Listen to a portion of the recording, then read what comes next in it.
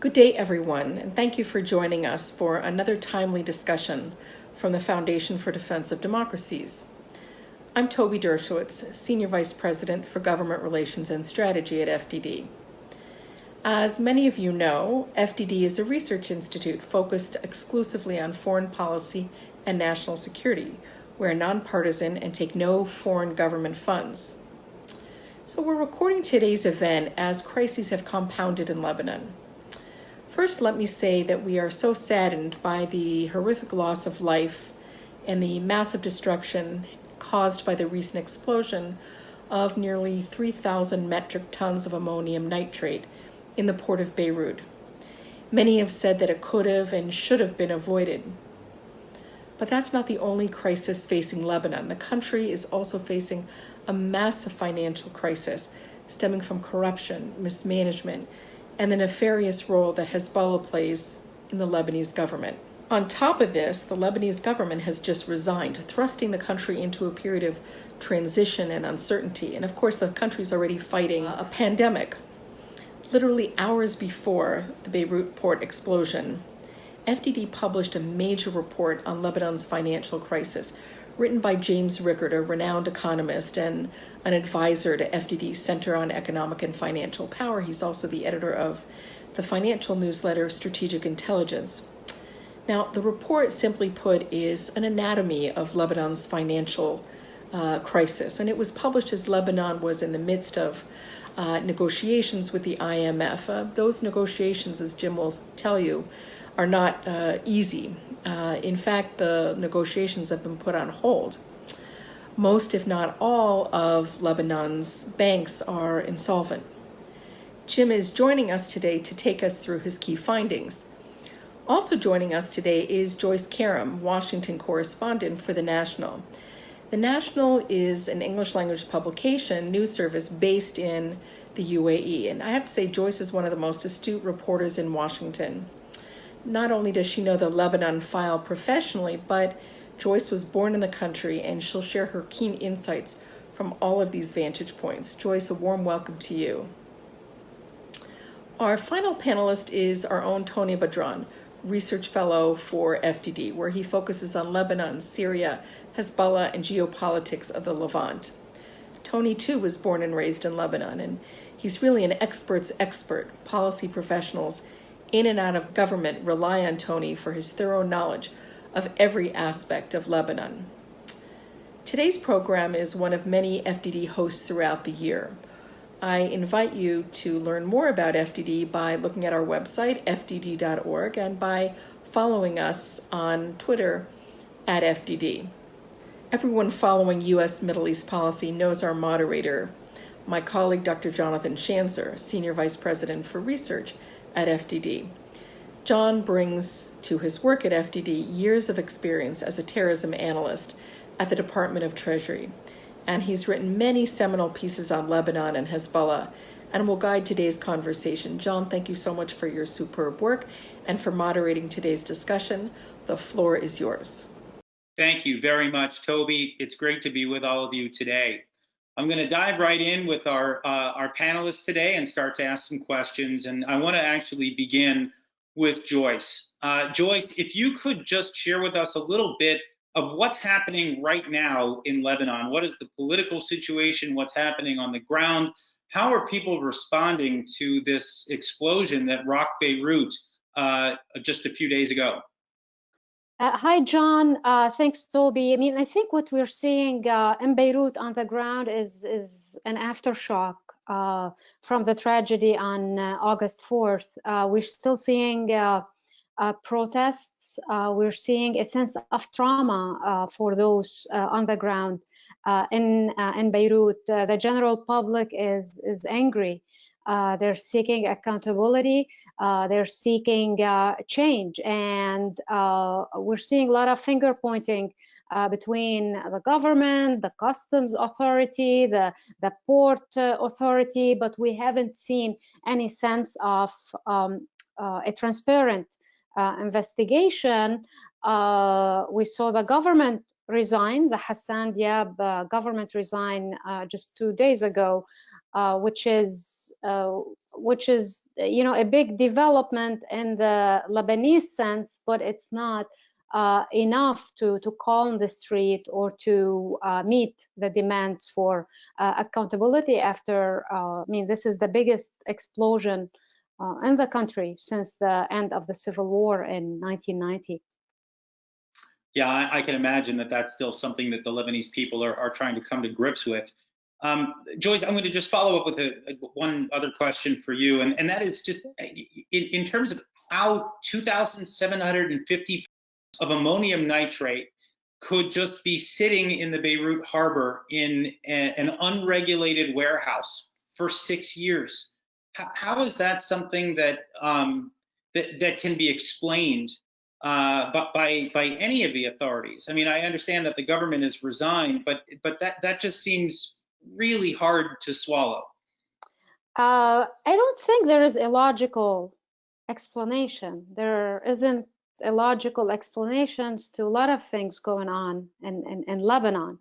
And I think the problem of the explosions being stored at the Beirut port, it captures the problem we have in Lebanon today. I mean, you're talking about years of neglect. You're talking about bad governance, lack of accountability, no transparency at the very top that allowed these explosives to be stored at the most visible and central facility in the Lebanese capital, poorly stored. We are seeing a lot of finger pointing, but it's just insane that such an amount would be left at the port. There has been some house arrests and some interrogations with security officials, but we don't have answers at who ordered these explosives. We don't have the full story. Were they confiscated? Were they received by the military? Were they going to another party in Lebanon? So what you're seeing is a complete distrust and a complete implosion of the official narrative in Lebanon. I think the problem cuts much deeper when we're talking about the port explosion. It's a problem of endemic corruption in the country, about failure of the state to protect its own ports, to protect its own people. I mean, the devastation is massive in Beirut. So unless you address these questions of accountability, of corruption, tomorrow it might be a different facility storing something else and leading to a different crisis. Well, let me actually raise that with you, Tony. You've done some work looking at a number of Lebanon's ports, and you have seen some problems. You've identified that Hezbollah, a terrorist organization that answers to Iran, has had unfettered access to a lot of Lebanon's ports. And of course, that's raising questions about maybe that's who stockpiled this ammonium nitrate. Is that is that the correct answer? And more broadly, what is Hezbollah doing at all these ports? Thanks, John, and thanks again, everyone, for joining us on this panel. I do think that putting Hezbollah in the forefront is certainly the sort of the normal reaction because of their prominent position in Lebanon's not just ports of entry and politics, but security more generally. So we don't know. We don't have answers as to whether the source of the fire that led to the explosion is, as the Lebanese say, fireworks, which is incidentally entirely plausible. As Joyce said, knowing what we know about Lebanon, it is entirely plausible that that stuff was stored next to ammonium nitrate, okay? But it is equally plausible that there might have been other sources for the explosion, potentially ammunition, which may have been not necessarily stored at the port, but maybe in transition somewhere else. We're not quite sure. All of these things are legitimate questions. Hezbollah's position at the port, while prominent and while the most sophisticated and most elaborate in terms of its smuggling operations, which has been not just documented by local press reports, but also by the United States Treasury Department. And so we have intelligence to that effect that Hezbollah does use the port. And it's not just the seaport, it's also the airport. And we know this also from both intelligence reports about Iranian flights and so on, and Hezbollah's presence there, but also from civil court lawsuits, basically. And for instance, in France, one of the operations that was busted in France, Operation Cedar, for instance, names very specifically how Hezbollah brings in contraband into, or rather not contraband, it's just goods, but in order to launder drug proceeds, and how there are officials of the Lebanese government that are complicit with them at the airport. So this is the major point, both at the Beirut seaport and the Beirut airport, is that this is a system of complicity and corruption that encompasses, in cahoots with Hezbollah or separately from Hezbollah, the entire political class. Now, Lebanese reports, for instance, in the press over the years, starting from 2012, talking about the port, have spoken about how it was a pyramid structure that involved, everything from ministries all the way down to the customs authority, all the way down to the clearance officers, to the traders, to the merchants. It's all encompassing, and it is that sort of Wild West environment at the port.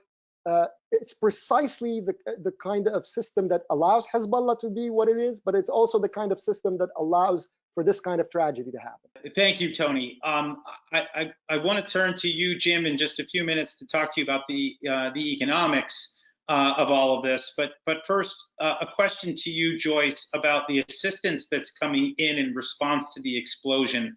I know that French President Emmanuel Macron was on the ground and really made quite a show of his visit there, hugging people on the streets and talking to them about much needed reforms. What kind of assistance is coming in right now? And what are people saying, whether it's the US government, the French government, or others, about the reform that is necessary? And are they conditioning the assistance that's coming in, given some of the corruption that Tony just described? So yes, John. In a sense, the French are taking the lead in the Lebanese crisis right now. But you're seeing many countries: the U.S., France, Australia, Germany, Russia, Canada, sending aid to Lebanon, humanitarian, infrastructure, medical aid. I mean, you have to remember we also have the pandemic, and cases tripled in July. So the medical system is hugely overwhelmed. The caveat here is France, US, Canada, and I believe Australia have made it clear that they are not sending the aid to the Lebanese government. They're sending it to NGOs on the ground. They're sending it to the Lebanese Red Cross, to the World Food Program, the UN program. So in that sense, that was a relief for people on the ground to see that even the French, who are seen as a protective entity over Lebanon ever since they left in 1943, to see this reassurance that they will not keep funding the same political elite. But the aid that's being sent, the 3 shipments from the US, is just a small fix to address the immediate needs on the ground, and to avoid bigger problems like famine, like further instability. In the medium to long term, the Trump administration and the French are pushing for political and economic reforms as a way to receive aid. So they're conditioning aid on these reforms that they've been pushing for in the last 6 months and haven't happened. So we don't know if there will be a new government capable of enacting these reforms, because many of them threaten the control of the political elite, and some threaten Hezbollah's passages to get arms from Syria through the airport, through other ports. So this is where we are today. A senior U.S. delegation will be in Lebanon on Friday, and they are closely coordinating with the French to try to push for these reforms. What we know is, that the small fixes are not gonna cut it this time. It's just, we are at a turning point in Lebanon. We either see bigger plans to just make changes in the way the government operates, or we're gonna, continue to see Lebanon just going on the path of a failed and corrupt state. I certainly get that sense as well, speaking to some U.S. government officials about the concern about food security, the concern about the potential for a humanitarian crisis that could happen really any day, given the way that the port has been shut down, or at least partly shut down, and the economic crisis that I want to raise with Jim momentarily. But before I get to Jim, I've got one last question for Tony. And that is, look, Tony, you're a skeptic of all of this. You've made it clear that you don't think that there are any actors right now on the political scene in Lebanon that are capable of the kind of reform that Joyce was just talking about, that have been advocated by the U.S. government or the French government, or any government for that matter. What's the right way to help Lebanon at this point? I think a lot of people are trying to do the right thing. I think a lot of people are looking at quick fixes, as Joyce mentioned, but the long-term fixes are hard to come by.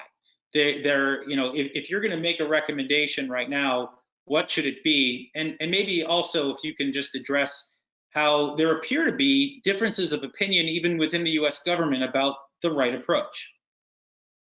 Right. I mean, it's not my position that I'm a skeptic on this. Just listen to people on the street in Lebanon who are saying, quite starkly, this was captured on video when a woman came up to the French president and told him, "Don't fund my government, don't give them money," right? So they understand, and they're demanding all of them means all of them. They should all be pushed aside.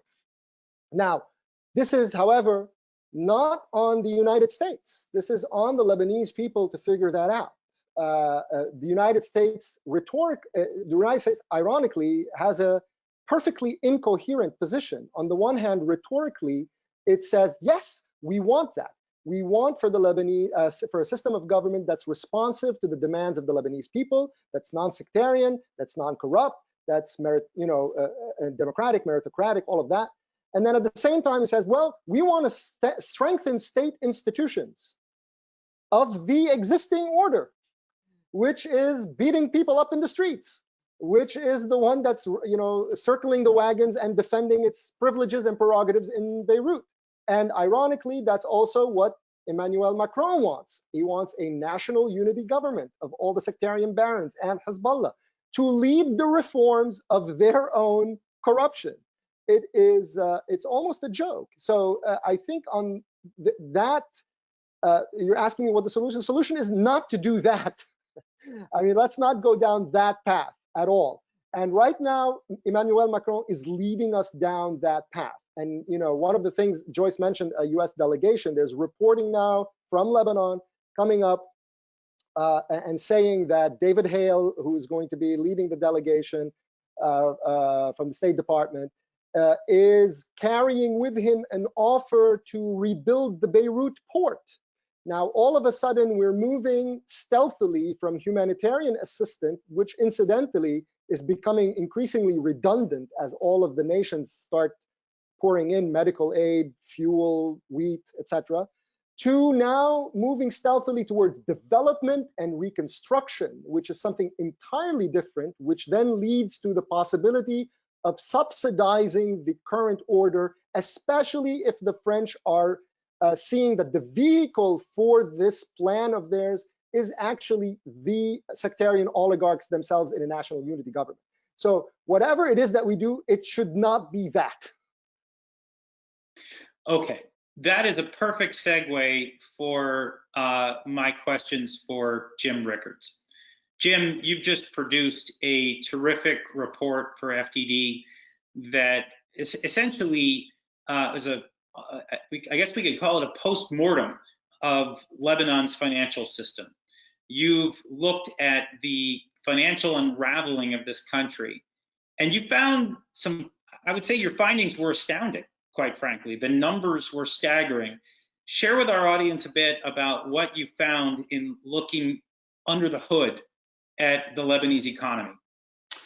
Sure, John, and thank you. It's good to be with you and Joyce and Tony on the panel. You're right. Just through sheer coincidence, because one has nothing directly to do with the other, the report was released within hours, just hours ahead of the explosion. So certainly, couldn't be more timely in that sense, even though these were separate events. The important thing is this financial crisis that is described in this report, and it'll be a sort of a guidebook on a going forward basis in terms of how you remedy it, if it's even possible, has been years in the making. So, but it did reach a critical stage last October and playing into early 2020. Long before the explosion, long before the pandemic, this was coming to a head. This would be, front page news or major headline, even without the other two. The combination of all three, the pandemic, the explosion, and the financial crisis is a little astounding, but the financial crisis is big enough by itself. The point I make is that for veterans of financial crises, and for better or worse, I include myself in that category. If you've done workouts, worked at major banks, et cetera, this is unlike any of them. And we're familiar with Argentina, serial defaulter, 3 major defaults in recent years. We saw Ukraine, we saw the European sovereign debt crisis between 2010 and 2015. These were all resolved in different ways, but they kind of go through a certain pattern. There's a playbook. The IMF has the playbook. The European Union has a playbook. U.S. financial regulators have a playbook. You kind of know what to do. The problem is this playbook, which consider, you wipe out equity, you haircut the debt, you put some new money in, you restart the engine with more controls, austerity, commitments, contingencies. There's a lot more details over, but that's the basic playbook. It doesn't work in Lebanon. And the reason it doesn't work is because there is nothing left. This country has been picked clean, looted. The mechanism was in effect a Ponzi. When I say Ponzi, I'm not trying to trivialize it. It was just a multi-decade, multi-billion, almost $100 billion Ponzi, but the dynamics of it were pretty much the same. Keep taking in new money to pay off the old obligations. As long as the new money keeps coming in, you can keep it going indefinitely if no one sort of blows the whistle on that. So that's where Lebanon is, but it got to the point where not only did the new money dry up, by the way, that money was largely coming from the Lebanese diaspora. The Lebanese are actually very talented, fairly well educated for a developing economy. They were in West Africa. They were in the Persian Gulf. They were places where they could get pretty high-paying jobs, mostly in the energy industry, but also as merchants and other occupations. They were sending that money back home, not all of it, but a lot of it, hard currency, dollars and euros, depositing it in the banks, in reliance upon the banks themselves. Meanwhile, the banks are being looted by the elites, by their own management, by the central bank, by the government, but they keep telling the depositors, "Hey, it's all good. Your money's good." It turns out it wasn't. That collapsed. So beginning about 2 years ago, but accelerating into last fall, the diaspora money dried up. Basically, people, the word was out, hey, they'll never pay you back, and so stop sending you money. And they did. And then once the money stopped coming in, the whole system collapsed. Now, the problem is, you normally look at the wreckage like this and you say, okay, all these banks are insolvent, but there are a couple good ones over here, or a couple that are a little stronger than the rest. We'll do a roll up, we'll strip out the bad assets, put them in a so-called, bad bank or recovery trust fund or whatever, and we'll build a system around these okay banks. There are no good banks in Lebanon. There are no banks with clean hands. There are no banks that are solvent. The entire commercial banking system is highly insolvent. We estimate $67 billion in the hole just for commercial banks. They say, well, what about the central bank? Haven't they got resources? The answer is no. They're insolvent to the tune of about $22 billion. On top of that, you've got about $4 billion of Euro bonds, not counting the ones owned by the banks, because you don't want to double count that. We include that the Euro bonds that are issued that are never going to be repaid. Many of them are owned by the banks, so a lot of that's included in the bank number. But in addition to that, there's another $4 billion or so held by some hedge funds and third-party investors. Add it all up, we come to $93 billion. That's how many hard currency, basically dollar-denominated promises that have been made that cannot be repaid because the resources are not there. Interestingly, there was a leaked number from the IMF, so the IMF has not confirmed this, but there was a leak through, usually a reliable channel, that their internal number was about $100 billion. So our estimate, which we did, by the way, completely from primary sources, from the ground up, did not rely on, we looked at other, blogs and tweets and resources and others, but we didn't use them. We built it from primary sources from the ground up, 93 billion, so within a few percentage points of the IMF's own number. Now, there is no bailout on the horizon, nor will there be, that comes close to meeting those numbers. The biggest number, the IMF has talked about maybe 10 billion. There's a group called CEDSRE, that's a French acronym for a multi-party bailout group. They've spoken about maybe 10 or 11 billion, and that's it. So at most, and I don't expect that much, but at most, you've got 20 billion or so against close to $100 billion of bad debt. So it's no longer a question of, are the bad debts there? They're there. The losses are there. Depositors are not getting repaid. Bank stockholders are going to be wiped out. The central bank is insolvent. The only issue left is a political issue, which is, how do you allocate the losses? Not, are the losses there? They're there. How do you allocate them? Who suffers the most? And that, kind of to Tony's point, that flips it back to a political question. It's no longer an economic question. The minute you get to a political question, you say, well, how's the political system? Completely dysfunctional, and the government has just fallen. So it's not even clear there's an interlocutor. If you're the IMF and you want to help, there's no one to talk to right now. And there may not be for a couple of years. Lebanese elections don't, it's not a 5-week process. Sometimes they have elections, and then there's a year or so of coalition formation, and then maybe another 6 months or a year of picking cabinet officers. So they may not, Michel Aoun is he's the president, head of state. He's got a little more power than normal right now, but you don't even have a government to talk to. And just one more point quickly. This sounds like a litany of doom and gloom, and it sort of is, but it's very factual. But we don't like to do things like this without having some positive input. And there is a possibility of building a rescue around what we call the new bank. Forget the old banks, they're too corrupt, too in bed with Hezbollah, too insolvent, et cetera. But a new bank, possibly even formed under the laws of the UK or Switzerland, doing business in Lebanon with a reputable board of directors, people who are untainted from civil society, with an international oversight board, funded with the one and only unencumbered asset in Lebanon, which is gold. They have 200 tons of gold, 20th largest in the world, or top 20 in the world. You could take, it's worth about 17 billion. You could take 2 billion of that, let's say, use it to capitalize a bank, leverage it 10 to 1 by issuing bonds, and maybe have a $20 billion pool. That's one way out. But again, even there, it's problematic because there's no one to talk to. There's no government.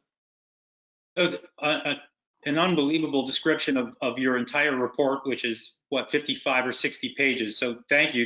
You just covered a ton of ground for us and answered just about every question that I had there. I mean, the one thing that I would just maybe note, and maybe you want to provide some color to this, is this idea that that we can potentially bail out Lebanon. I mean, when you look at these numbers, this 93 billion, and that may be conservative. I think when you issued the report, you indicated that that actually is probably a conservative number.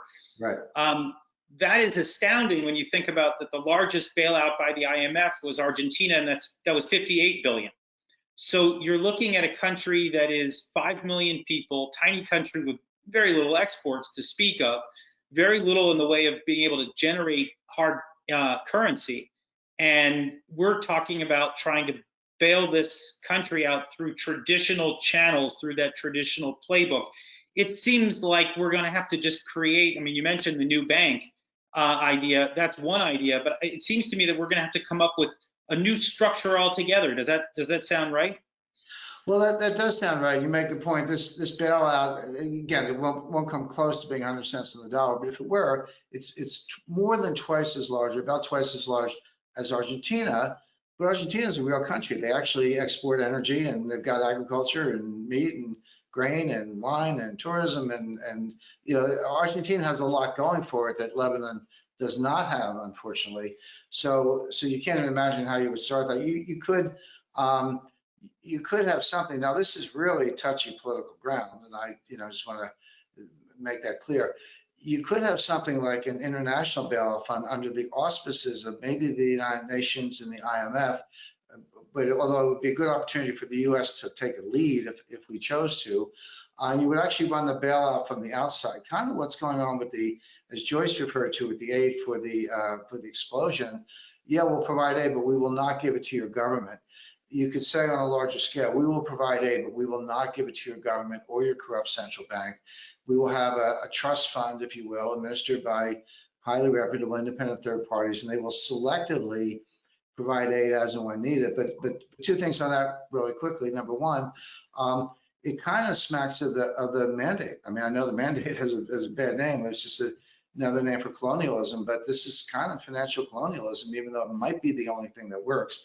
Number two, if we can't do something, new bank, an external fund, if we can't do something, you are looking at the greatest humanitarian crisis probably since the Great Leap Forward in the 1950s in China. This will be worse than Rwanda. You have 6 million people, 1.5 million refugees who are already, in deep financial distress. You've wiped out the middle class with inflation. There's nothing left, nothing on which to build unless money comes in from outside. You're talking about starvation, no food, no medicine, no water. This is not just a financial crisis. This is bordering on a humanitarian crisis. That's bleak. Joyce, let me turn to you. We haven't mentioned Hezbollah a whole lot so far in this conversation, but when we look at the economic distress that Hezbollah, or rather that Lebanon is now under, Hezbollah has had a role to play here. They were basically the leaders of the last government. They've presided over a lot of this. They've infected the system and in many ways precipitated the corruption that brought about this collapse that Jim has just mentioned. How is that being addressed right now as Lebanon grapples with all of these multiple crises? I saw the other day that there was an effigy of Hassan Nasrallah, the head of Hezbollah, being hanged in central Beirut. Do you think that reflects the general opinion right now of Hezbollah? Is the anger that palpable? I mean, for sure, there's anger at the full spectrum of the political elite, and Hezbollah is now very much part of this status quo, part of this political elite. And as you mentioned, the last government that resigned is there, very much as close as you get to a Hezbollah government. But I think Hezbollah as a party, as a political actor, still has many cards to play in Lebanon. They're still seeking to boost their ally, their Christian ally, President Aoun, and the former Foreign Minister Gibran Bassil. And here is something interesting that happened after the explosion. We see President Aoun suggest to President Trump, that Lebanon could be willing to demarcate the maritime border with Israel. That's new.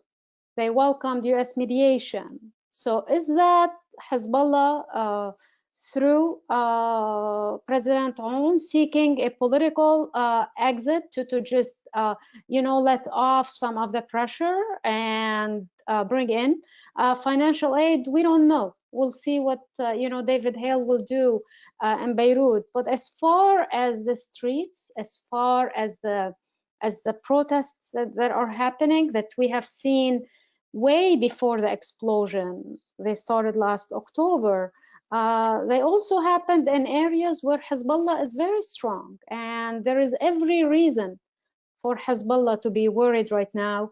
But on the ground, they are still the most organized party, the most organized politically and militarily. So I'm not sure how much they've been weakened. They have many reasons to be worried, as I said, but still, if things go south in Lebanon, just where you see instability and chaos, we've seen previously in the Middle East that the most organized parties, step up and take control, and that could be a situation that we see in Lebanon. But at the time being, I think their immediate priority is to keep their ally, President Aoun, afloat, to help in some ways to get a government that, as Tony mentioned, maybe a unity government rather than go to early elections, which would shuffle the power structure and weaken their hand in the parliament. And John, if I could just drop a quick footnote to Joyce's comment, she's far more expert than I in terms of Hezbollah on the ground. And I don't doubt that they're as strong as ever on the ground. But the fastest way to destroy or marginalize Hezbollah is to cut off their access to the dollar payment system. That access runs through the Lebanese banks, and this financial crisis that we talked about may be an opportunity to cut off that access as part of the bailout.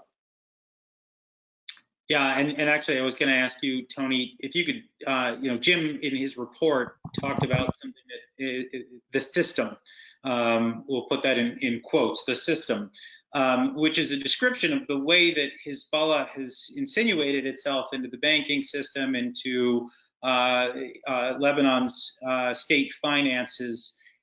It seems to me that when we talk about the potential liabilities of Hezbollah, that's certainly one of them right now. It also happens to be one of its strengths. What's the balance sheet right now when we look at, is this the time where we can strike a blow at Hezbollah? Is it politically weak, or is it just as strong as it was as the country burns? There's no question that Hezbollah has been hit financially, has been hit in more ways than has been hit by the sanctions on Iran, has been hit by U.S. clampdown on its business and its ability to launder money through the Lebanese banks and through its wars across the region. There's no question about that. But there is a distinction that U.S. policy makes that is highly questionable, which is that you can surgically hit Hezbollah without touching anything else around it in the Lebanese system. And that is just a fantasy. As Jim explained, as other documents that we have from court cases also lay out, it is, and as we see the political configuration sort of circling the wagons also around this unity government and their own prerogatives, you're not seeing any particular sectarian warlord break off from the bunch and attack sort of another faction or anything. They're all in it together on this because they understand that this is a system that works as a whole, right? From the banks to the government to the ports to all these various institutions. But if you are saying that, like for instance, U.S. government policy up until this point had a fetish about protecting, not to destabilize the banking system. It ended up falling apart on its own. But the reason, the idea of protecting it so as not to, we're not going to hit Hezbollah there so that it can, we don't destabilize Lebanon. That fell apart under its own weight. It's just fictional. It's not real. But the Lebanese, to go back to something that Joyce said, about demarcation and whether now we have an opportunity or various opportunities to score points that weaken Hezbollah or whatnot. These guys have, and I mean all of them, that Hezbollah included, but sort of the cartel as a whole, have an interest in increased investment in Lebanon. The more you invest, the more they feel they have protection. If they can dangle things for you, now they know, for instance, Aoun knows that Gibran Bassil is a target of US sanctions potentially, right? How do you try to, and they know that certain people in the US government aren't necessarily comfortable with that.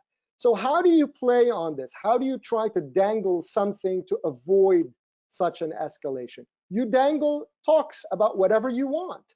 You want to talk about maritime border? Excellent. You want to talk about investment in the Lebanese port? Fantastic. We'll give it to you. How about that?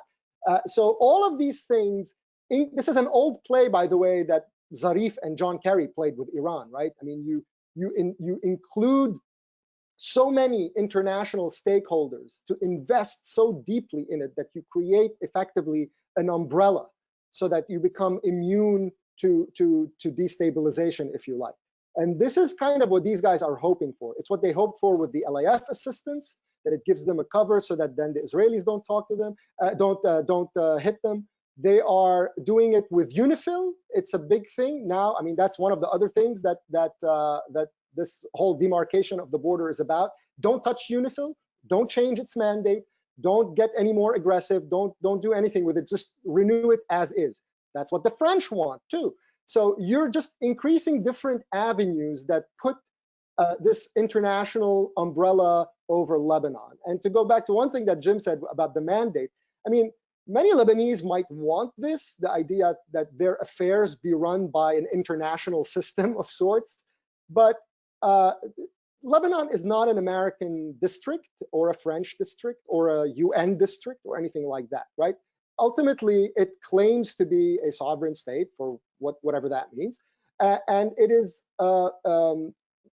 not up to the United States or France or whoever to simply take over the functions of that state while simultaneously saying that our policy is to prop up that state. We have not a whole lot of time left, and I still want to cover a bit more ground. I mean, one thing that that I think we need to probably acknowledge here also, as we talk about all the challenges that Lebanon faces.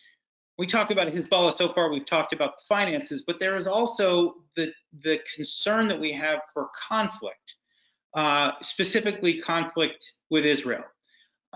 Joyce, do you have a sense of what the appetite is on the part of Hezbollah for a conflict like that right now? We continue to hear that Hezbollah continues to stockpile new weapons, and that the Israelis are concerned specifically about precision-guided munitions, and that they may need to take preemptive action. This would, of course, I think weigh heavily on the minds of some of the international donors, Jim, that you mentioned, as they think about investing in a country that could be dragged into war tomorrow because of an Iran-backed terrorist organization. The idea that you might have to rebuild more than just the port of Beirut, but actually a lot more than that, because Israel decided to go in and take out weapons that Iran has been providing. What do you get a sense? I mean, Joyce, Hassan Nasrallah has talked about these precision-guided munitions. He's taunted Israel. He continues to keep his organization on a war footing. Is that sustainable right now? And do you get a sense that that's still going to be part of Hezbollah's narrative amidst this current crisis? I mean, the precision-guided missiles, I think it's part of what the U.S. has been pressing the Lebanese government to just go and shut down or confiscate. But it's not something that either the Lebanese government or the Lebanese army is capable of doing, because of the immense influence that Hezbollah has in the country. So I don't know if you can bring this forcefully to the negotiating table in any kind of economic discussions or a bailout. But what you could do, and this is something that the IMF is requesting, is digitizing and monitoring ports of entry, the airport, the new port. Who's gonna get the contract to build the new Beirut port? I mean, this does present, I think, an opportunity to at least build something that does not include tunnels. I mean, I don't know if you saw that video by Sky News, but the Beirut port had tunnels, and it wasn't for an aquarium or anything like that. So in that sense, you could, you know, use the explosion to improve mechanisms that prevent arms smuggling. As far as conflict with Israel, I don't know why Hezbollah would want that at the time being. They're, despite the economic crisis, they're comfortable in the power structure they have in Lebanon at the moment. They want actually to renew the UNIFIL mandate, and they're busy, you know, in Iraq and Syria and Yemen and other places. I think their immediate goal is still to maintain the levers they have at the moment and protect their allies, whether that's the Speaker of the House, Nabih Berri, or the President, Michel Aoun. So this is still the umbrella that Hezbollah is operating under. The biggest threat to them is coming from the street, from the protesters who want change and who want to see, I mean, structural change, and not just a recycling of the government by bringing, you know, a different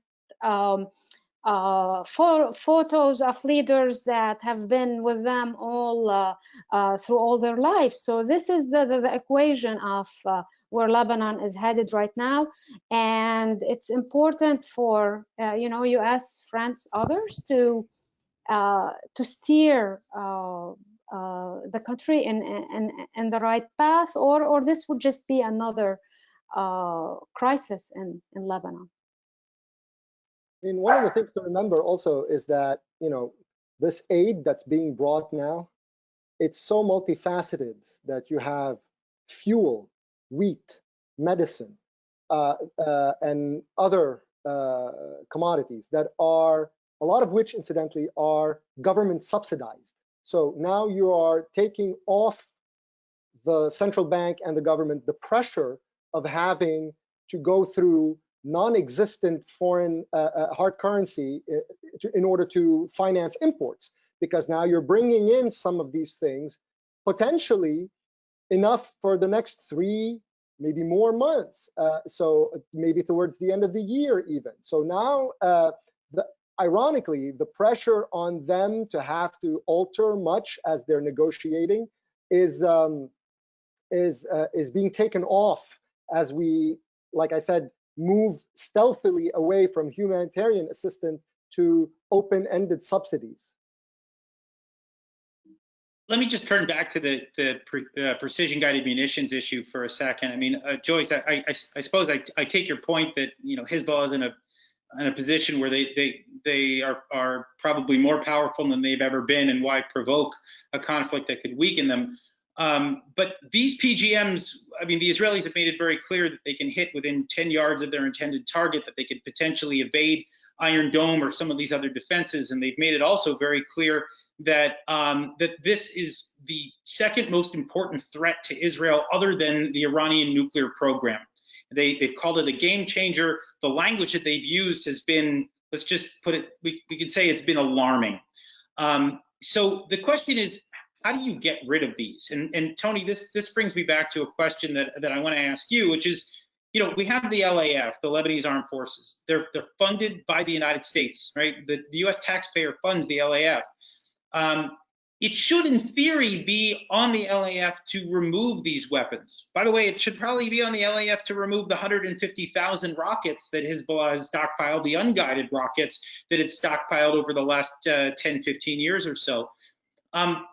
If we are of the opinion now that the LAF can't do this, and that this is a crisis waiting to happen, what's the answer? Well, I mean, that's the $64,000 question, right? So that's the idea that we are building up the LAF to do something that actually it can never do. Raises question about, so what is it that we're doing? That's why you hear then people change the subject. Well, it's actually to defend against jihadis from Syria. And that's great. They're doing a great job there. Or it's to defeat the narrative of Hezbollah. Very nice, whatever that means. Or it's to protect protesters, even as the LAF beats them up in the street. So I mean, that's where things kind of go haywire. But one of the interesting things also about this policy is that for some of its proponents in the US government, it is actually predicated on an Israeli attack, meaning that you are building up the LAF for the day after of an Israeli attack. So it's not in order to prevent an Israeli attack by doing its job, right? It's rather to be, I mean, they assume, it's completely a misguided assumption that the LAF is going to be able to do any such thing even after an Israeli attack. But they assume then that if you have a partner after Israel decimates Hezbollah, that's when the LAF springs into action. And what it is, the reason why all of these ideas are fundamentally flawed is because they don't understand the nature of the government system in Lebanon, the socio-political thing that we call the Lebanese state. It's not. It's just a consortium of sectarian families and their loyalists that they represent in what they call the government, and that's it. And the LAF is responsive to that consortium. It doesn't act beyond it. It doesn't act against it. That's why it only acts against jihadis, because the jihadis have no place in the political consortium of Lebanon. They're easy to go after. Whereas if you say the smallest actor within the political consortium, if you tell the LAF go after that, they can't do it. The LAF is predicated on paralysis, which is why the whole policy is completely flawed and a waste of US taxpayer money. Joyce, I'm going to give you a chance to respond. You look like you had a few thoughts there. I mean, if you look at the history of Lebanon, I wouldn't just negate the role that the Lebanese armed forces, the Lebanese military as an institution plays in the stability of Lebanon as a credible institution in a country that's run by mafia lords. I don't disagree with that part, but partly we went into civil war. We went and were disbanded into militias because we didn't have a strong military establishment for the state. So yes, there are so many shortcomings for the LAF, but you can't just cut the lifeline to an organization that is now holding Lebanon together, even after the explosion happened. Who went to the blast? Who protected the area? It was the LAF. They do everything. I mean, even when clashes in Tripoli happen, it's the LAF. Even after the 2006 war, we've seen them more present in the south and in some areas in Beirut. Is that enough? Of course not. But they also don't operate in a political vacuum. For the LAF to be strengthened, for the LAF to carry its role, whether it's on the borders, whether it's countering Hezbollah, it needs political umbrella. It needs political decision making, and we haven't seen that yet in Lebanon. But if you cut the funding to the LAF now, I think you're only contributing to instability, and you're gonna inadvertently play into the hands of Hezbollah. So I don't discount the weight of this debate or this dilemma. There need to be reforms even within the LAF, but I don't think we have easy answers in branding the LAF one way or another. Yeah, I don't think that there will be any easy answers on this, nor, when we didn't even get to it today, the question of the United Nations forces in Lebanon, this 10,000 strong force that costs $5 billion, or sorry, $500 million a year to maintain in Lebanon, which hasn't stopped Hezbollah from arming up and posing a threat to the Lebanese people, not to mention to Lebanon's neighbors in Israel. I want to take the last 5 minutes here to just, I want to ask you all the same question, a quick round robin lightning round.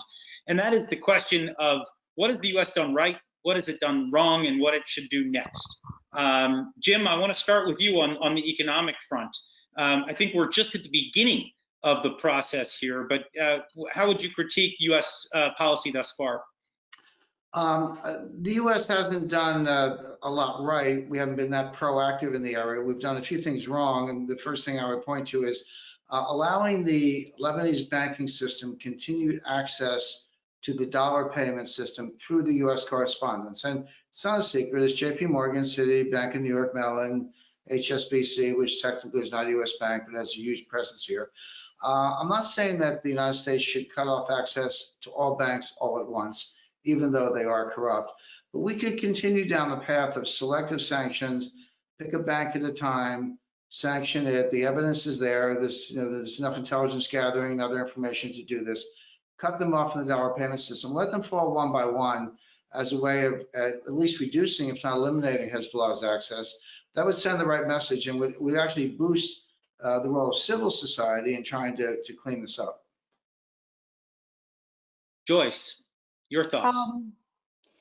I mean, it's just by talking to activists, underground protesters, I think what they see as the US has done right is support for those underground, support for their cause, support for change. They, that support has not gone unnoticed, and, sidestepping the government and sending the aid has also been welcomed by the protesters.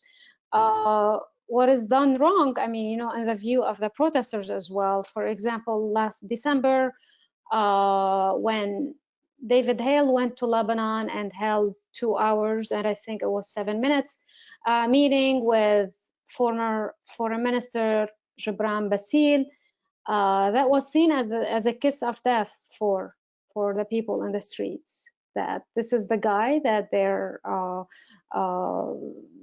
chanting and rallying against day and night, and here is the US holds a lengthy meeting with him, and then weeks after we see a government that's pro-Bassil and pro-Hezbollah take place.